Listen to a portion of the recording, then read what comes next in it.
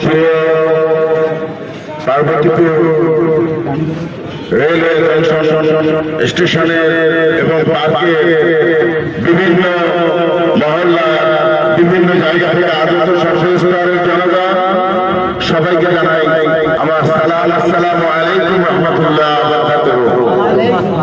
ও আদাব। আপনারা অবগত আছেন আমাদের নেতা জনাব তারেক রহমানের রাষ্ট্র কাঠামো মেরামতের লক্ষ্যে 31 দফা বাস্তবায়নের উদ্দেশ্যে আজ সকাল থেকে আমরা এই পার্বতীপুর পৌরসভা বিভিন্ন ওয়ার্ড বিভিন্ন মহল্লা বিভিন্ন পাড়ায় গিয়ে বাড়ি বাড়ি এই 31 দফা বিতরণ করেছি।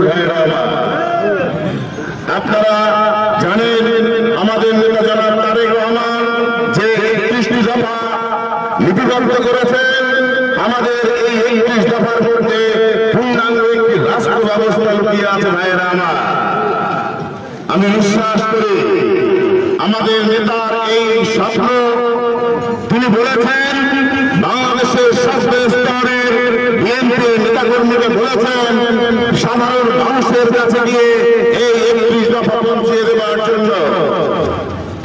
আমরা সকাল থেকে সে কাজটি করছি, আমরা 31 দফা আপনাদের হাতে পৌঁছে দিয়েছি। ভাইয়েরা আমার, এই 31 দফা যদি আমরা আপনাদেরকে বোঝাতে পারি, আপনারা যদি পড়ে বসেন, আপনারা যদি ধারণ করতে পারেন, তাহলে আমার বিশ্বাস আমাদের দেশ হবে সোনার বাংলাদেশ।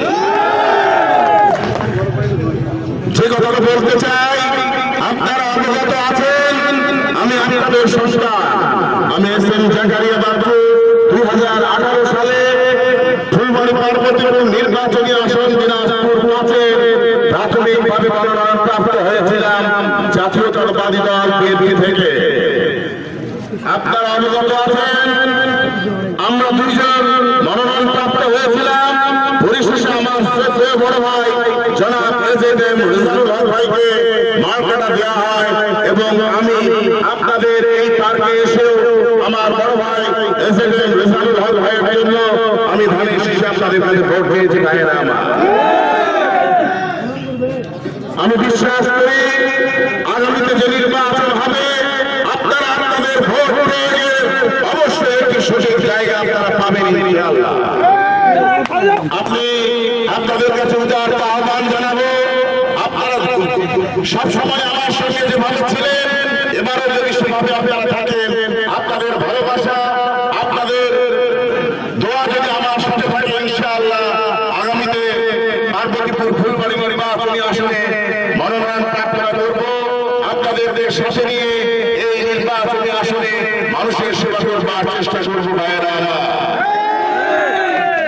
একটি কথা না বললেই নয়, আমরা পার্বতীপুরের মানুষ বিগত দিন এই 55 বছরে আমাদের ধানের শীষে প্রার্থী মাত্র 3 বছর এই নির্বাচনী আসনে ছিলেন, বাকি 52 বছর সবসময় ফুলবাড়িতে নেতৃত্ব চলে গেছে। সবসময় আপনারা দেখেছেন অন্য কেউ এসে নেতৃত্ব দিয়েছে, তাই পার্বতীপুরে নেতৃত্বের সাথে আমি আপনাদের উদার আহ্বান জানাবো, আপনারা পার্বতীপুরে নেতৃত্ব সৃষ্টির সাথে একত্রিত হয়ে কাজ করবেন এবং আমাকে আপনারা দোয়া করবেন। এই আশাবাদ ব্যক্ত রেখে আপনাদের সকলের সুস্বাস্থ্য ও মঙ্গল কামনা করে আমার